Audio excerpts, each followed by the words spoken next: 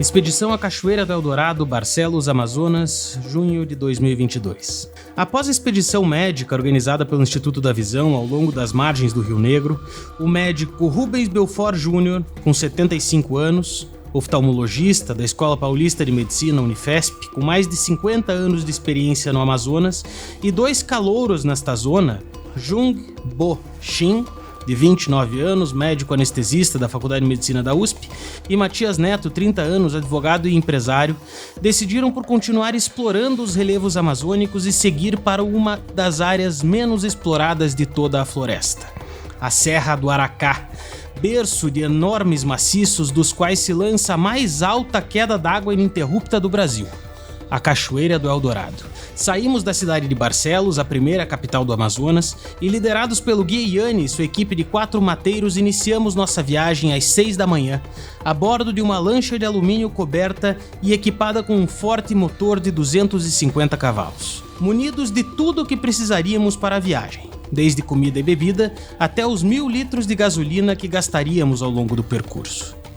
Após 8 horas de navegação pelos rios Negro e Aracá, avistamos o local de nossa primeira pernoite. Uma pequena pousada de madeira à margem desse último rio que navegamos.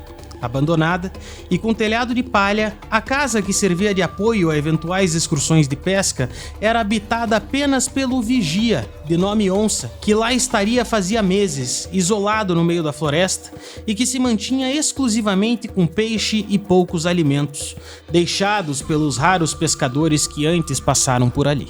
Dormimos, e ainda na madrugada reiniciamos nossa viagem de lancha com destino ao Igarapé, que nos levaria próximo à base da serra, pela qual corta o rio que se lança das montanhas.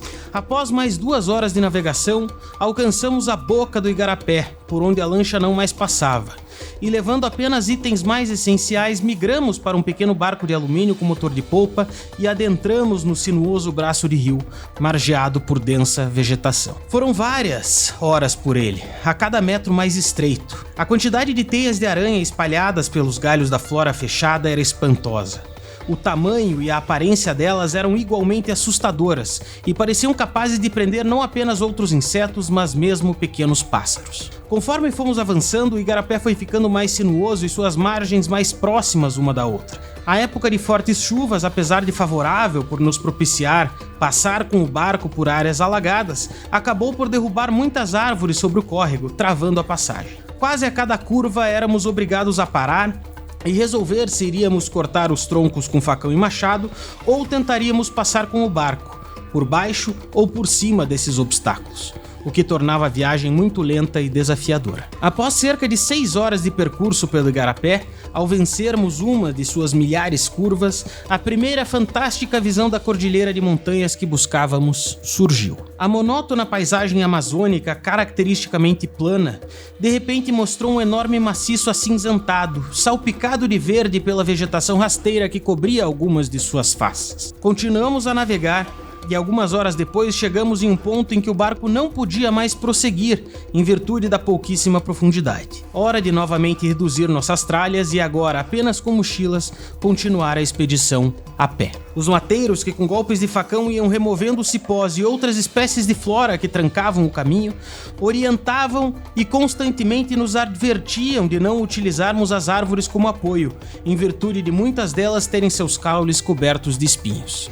Felizmente, a grande quantidade de igarapés e nascentes nos manteve toda a viagem bem hidratados, e o som dos macacos e pássaros nos mantinham maravilhados com a expedição. Conforme avançávamos, o solo foi ficando mais encharcado. Em 2 horas, chegamos à base da serra, onde montamos um pequeno acampamento à margem de um pequeno igarapé. Escurecia rápido e depois de um belo banho, comemos um churrasco com carne trazida de Barcelos e goles de vodka. Não tínhamos ideia de que seria a última refeição em mais de 40 horas. Logo fomos dormir, porque o breu da floresta não dava alternativa.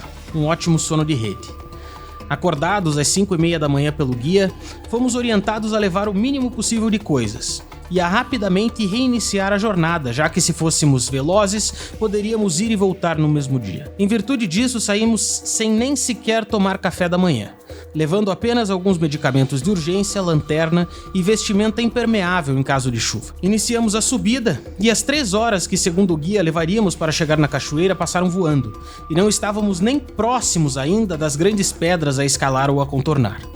A caminhada foi progressivamente ficando mais difícil pelo crescente aclive e pela umidade excessiva do chão, que o tornava extremamente escorregadio e perigoso, já que não podíamos nem nos apoiar nas árvores cobertas de espinhos e infestadas de aranhas e insetos, que caíam na gente e rapidamente se infiltravam em nossas roupas. A temperatura foi aumentando e, junto da umidade, fazia com que as camisas de manga comprida, necessárias para a proteção dos braços, ficassem muito desagradáveis e abafadas. Começaram a surgir os penhascos e a jornada passou a se desenvolver rente a verdadeiros precipícios. Pensamos em abortar, mas rapidamente e por unanimidade negamos essa possibilidade. Afinal, já havíamos chegado até ali e iríamos em frente, mesmo quando Yanni, nosso guia principal, percebeu que estava perdido e que provavelmente estávamos indo muito mais para o leste do que deveríamos. Nesse momento, Yanni nos mandou ficarmos parados no mato enquanto ele ia se relocalizar. Finalmente o guia se encontrou, e após, retornamos por cerca de 20 minutos, tomando uma outra direção. Percebemos também que deveríamos estar em local certo, pois passamos a ver vários sinais de visitantes anteriores. Aliás, é importante lembrar que provavelmente 4 a 5 pessoas por ano apenas vão através dessas trilhas tentar alcançar a Cachoeira do Eldorado. Ao nos aproximarmos dos maciços, a situação foi piorando, e de repente, para conseguir avançar, tínhamos que obrigatoriamente utilizar cordas e andar de 4 pelo chão. Eram já 16 horas, e estávamos andando sem parar, com as cargas nas costas por praticamente 10, sem comida. Finalmente, chegamos ao topo de uma montanha, que tinha o seu cume uma área mais plana, e tivemos a breve ilusão de havermos alcançado o objetivo. Tínhamos felizmente um aparelho GPS Iridium que dava a nossa localização e com o qual podíamos nos comunicar através de mensagem com São Paulo. Começamos então a andar pelo platô. O que parecia breve levou mais 2 horas de caminhada em terreno pantanoso, às vezes com água quase na altura dos joelhos, até sermos brindados com a primeira vista das lindas cachoeiras. Com o final do dia e a mudança da luz, as imagens se tornaram ainda mais bonitas e a temperatura começou a diminuir, também pela altura que estávamos. Havíamos subido 900 metros desde que saímos de nosso acampamento em 12 horas de marcha forçada. Felizmente, durante o caminho vimos apenas algumas cobras, fáceis de serem evitadas, sem maiores percalços. Além das cachoeiras e do grande desfiladeiro, podíamos ver toda a região amazônica centenas de metros abaixo de nós. A sensação de estarmos em algum lugar do planeta, onde talvez ninguém tivesse realmente colocado os pés, foi simplesmente incrível, liberando muita adrenalina que nos fazia caminhar com mais e mais felicidade, quase esquecendo do cansaço e da fome que sentíamos. Nessa situação, e sabendo da dificuldade que seria a descida, já que estaríamos ainda mais cansados e fracos em virtude da ausência de comida, resolvemos pedir ao pessoal de São Paulo que tentassem conseguir o helicóptero, para vermos também a cordilheira de cima e tirarmos algumas fotos melhores. Essas mensagens foram interpretadas por nossos familiares como uma emergência, causando grande apreensão. Evidentemente estávamos bem, mas nossa família somente acreditaria nisso quando chegássemos em casa sãs e salvos. Logo percebemos que era impossível qualquer tipo de helicóptero ou ajuda, mostrando a impossibilidade mesmo de receber socorro médico caso ele tivesse sido necessário.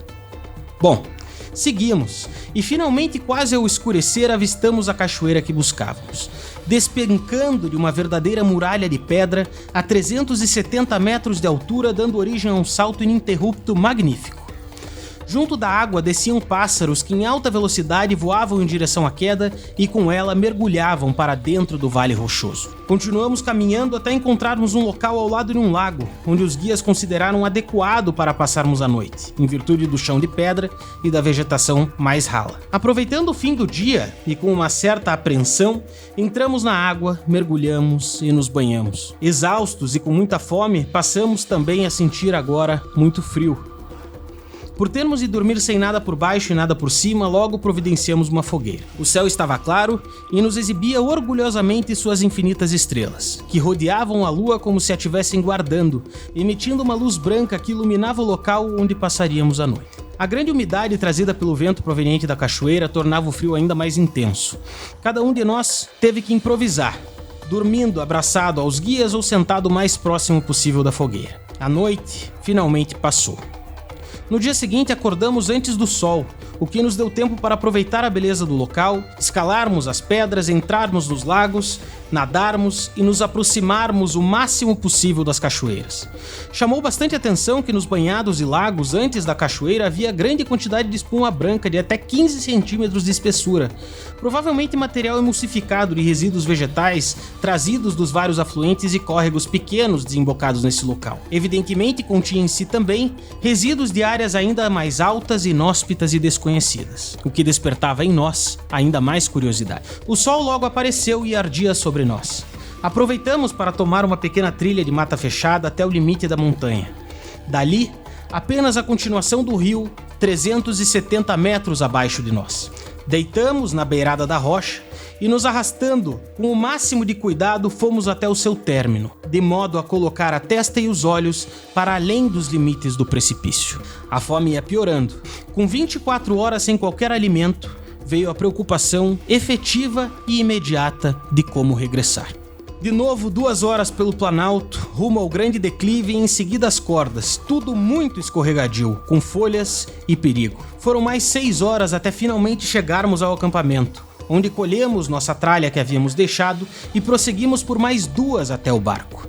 Finalmente comida, e a frustração de encontrarmos refrigerantes diet quando precisávamos, em verdade, dos velhos açúcares. Navegamos pelo igarapé em nosso bote por mais 4 horas até chegarmos à lancha, na qual permanecemos por quase 20, isso porque quebrou o motor, e graças ao aparelho Iridium que tínhamos conosco, conseguimos pedir socorro a Barcelos, que enviou outra embarcação para nos resgatar. Em resumo, sim, valeu a pena. Vale a pena. Vale a pena ir bem preparado. Mateiro e guias experientes são muito raros na região. Tivemos os melhores e mesmo assim, os caminhos tiveram de ser feitos na hora. É imperioso levar sempre alguma comida. A idade não foi tão fundamental assim, pois um de nós tinha 75 anos à época da viagem. Mas é necessário um bom preparo físico. Levar o menor peso possível. Mas drone e boas máquinas fotográficas são sem dúvida itens interessantes. Celulares são necessários para imagens emergentes. Remédios de primeiros socorros e de uso habitual são igualmente imperiosos. Afinal, a possibilidade remota de se conseguir resgate pode fazer com que você tenha de utilizá-lo. Levar aparelho de comunicação é bastante importante. Aparelho de comunicação via satélite Iridium ou via satélite em geral, que possibilite a conversa e o contato com pessoas que estejam distantes da região. Isso porque as dificuldades logísticas e de locomoção dentro da floresta amazônica podem rapidamente fazer com que horas se tornem dias e dias se tornem semanas. E a ausência de contato com os familiares podem fazer com que eles tomem medidas que talvez não fossem necessárias.